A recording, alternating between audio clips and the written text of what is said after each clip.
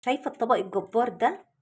هنعمله ينفع غدا، ينفع عشاء، ينفع جاية من بره مستعجلة ومش عارفة تعملي أكل ايه. عندك قطعتين لحمة بس، وعندك يعني حوالي 3 أو 4 أفراد، تقدري تعملي لهم الطبق الجميل ده بقطعتين لحمة بس. طلعي معاكي طبق شهي وجميل وألوانه زي ما انت ما شايفة كده خطيرة جدا. وما تتخيليش ان كل ده معمول في نص ساعة بس وفي حلة واحدة. يعني عملنا الكمية اللي انت شايفاها قدامك دي في نص ساعة وفي حلة واحدة بس. طريقة سهلة وسريعة وبسيطة، وأهم من ده كله موفرة واقتصادية وطعمها في منتهى الجمال. تعالوا بينا يلا نخش على الطريقة ونسمي بسم الله ونشوف المقادير ونشوف كمان طريقة التحضير، وعملنا العظمة اللي انت شايفاها قدامك دي ازاي. تعالوا نعمل مع بعض النهاردة أكلة المستعجلين، أكلة موفرة وسهلة وسريعة وبتتعمل في وقت قليل جدا. يعني جاية من بره كده مستعجلة، مش عارفة هتعملي أكل إيه، عندك حتتين لحمة ومحتارة تعملي أكل إيه. في نفس الوقت الأكل هيكون مغذي وسريع وسهل زي ما احنا ما قلنا. هتجيبي كده كل اللي عندي أنا هنا قطعتين لحمة وكام طماطماية كده وثمرتين من البطاطس، سوري من البصل مش البطاطس، بس انا عقلي في البطاطس.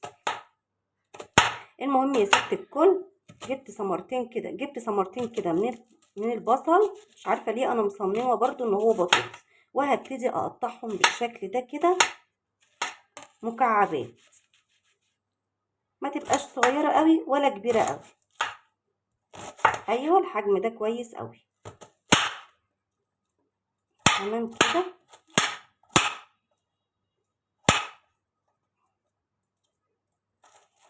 هقطع بقى البصل اللي معايا كده كله بالشكل ده. التقطيعه كلها هتبقى واحده.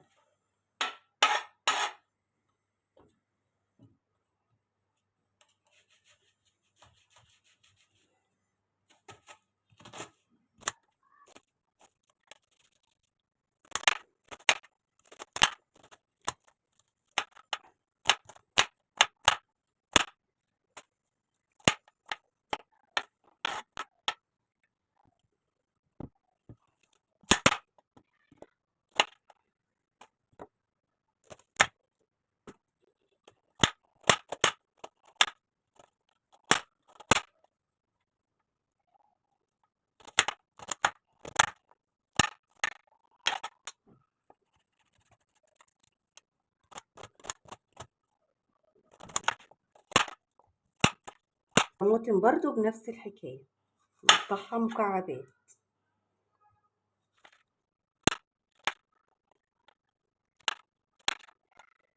مش عايزه تقطيعها تكون كبيره قوي، يعني تقطع بس تقطيع اللحمه كده زي ما بقطع اللحمه عشان كل يبقى كويس.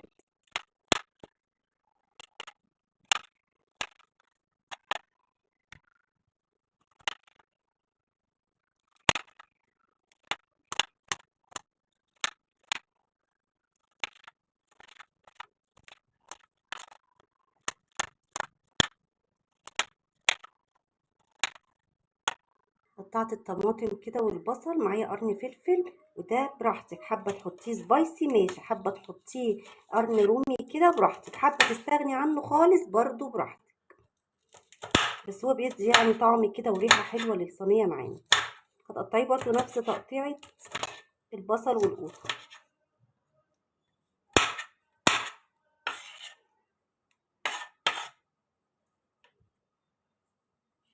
نيجي بقى للكينج معانا النهارده، الحتتين اللحمه اللي هيعملوا لنا غدوه او عشوه بجد موفره جدا واقتصاديه وسهله وسريعه. لو جايه من بره زي ما قلنا مستعجله كده تقدري تعمليها، ما بتاخدش معاكي وقت نهائي. هتقطعيها برضو كده مكعبات زي ما قطعنا البصل والطماطم والفلفل، تبقى كلها تقطيعه واحده. تقدري كمان عندك حته ليا تحطيها، عندك حته سمينه شويه حطيها، كل ده بيطعم معاكي طبعا.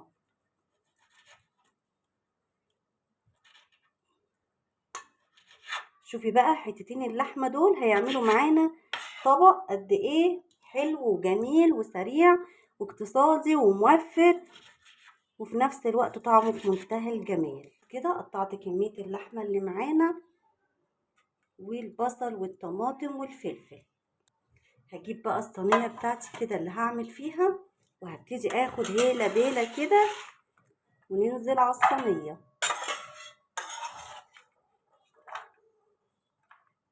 لما بتستوي بقى ما بتلاقيش الطماطم دي خالص، بتلاقيها اختفت. كل اللي بتلاقيه في القصه كلها البصل واللحمه.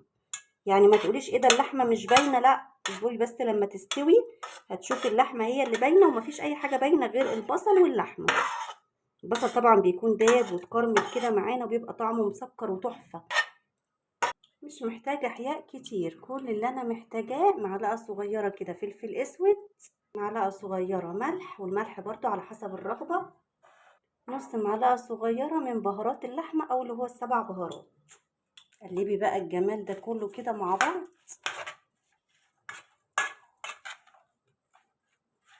انا هحط لها حته ليا، والليا دي اختياري، حابه تحطيها حطيها، مش حابه براحتك. زي ما قلنا هي بتدي ريحه وطعم حلو قوي معانا. شايفه بقى الشكل عامل ازاي؟ ريحتها تحفه. حط لها كده معلقتين سمنه بلدي او سمنه عاديه المتاحه عندك. عملت معاكم قبل كده صينيه اللحمه بالخضار، كانت طعمها تحفه وكانت كلها غذاء، لان كنا مدخلين فيها البطاطس والفلفل الالوان والشبت، كانت في منتهى الجمال. ان شاء الله اسيب لكم الطريقه في صندوق الوصف وهتظهر معاكم في علامه الاي. قلبت كده المكونات كلها كويس كده تمام وزي الفل. نص كوبايه ميه كده عاديه خالص من الحنفيه وهحطها عليها، احطها على النار. اول ما تغلي غلوتين معايا هوطي عليها النار للنص او اقل من النص كمان بشويه، وبعد كده لغايه ما تستوي معايا اللحمه وادوق الحياء بتاعها. لو لقيت عايزه ملح تاني هحط لها، ونرجع مع بعض نشوف شكلها ايه بعد ما استوت.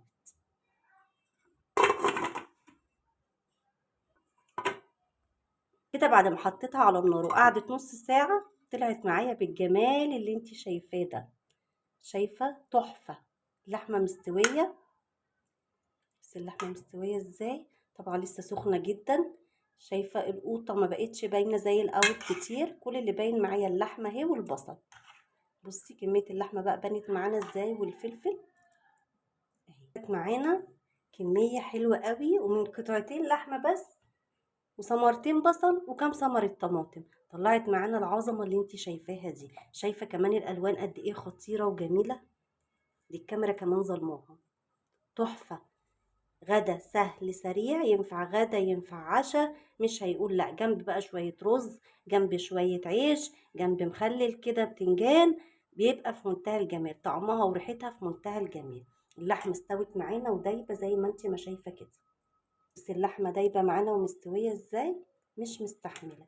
الصوص ده يا سلام لما بتحطيه على الرز بيبقى تحفه. يا رب الطريقه تكون عجبتكم، ولو عجبتك الطريقه ولسه مشتركتيش معانا في القناه انزلي نورينا واشتركي معانا في القناه وفعلي زر الجرس خليه على الكل عشان يوصلك مني كل جديد. لو شايفه ان الفيديو يستاهل منك اللايك حطي اللايك وما تبخليش علينا بيه، وانتظروني في فيديو جديد ان شاء الله.